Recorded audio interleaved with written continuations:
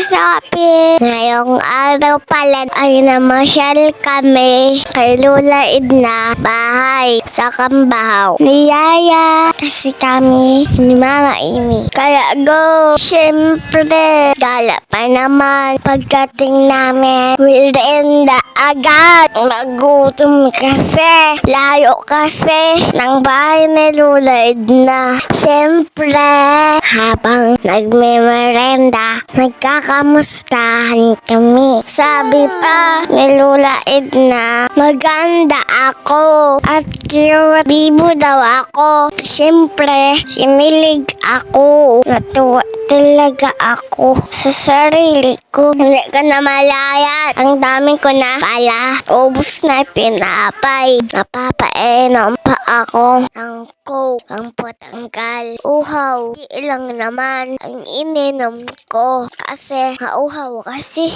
Ang sarap-sarap talaga ng kain ko. Napapasarap kain ko. Kasi nalilibang ako sa ganda ng view. Parang ako maganda. Malapit lang kasi sa tabing dagat ang bahay. Kaya masarap ang simoy ng hangin. Parang ako masarap yakapin. Diba? Aminin mo, nanggigigil ka din sa akin. Diba?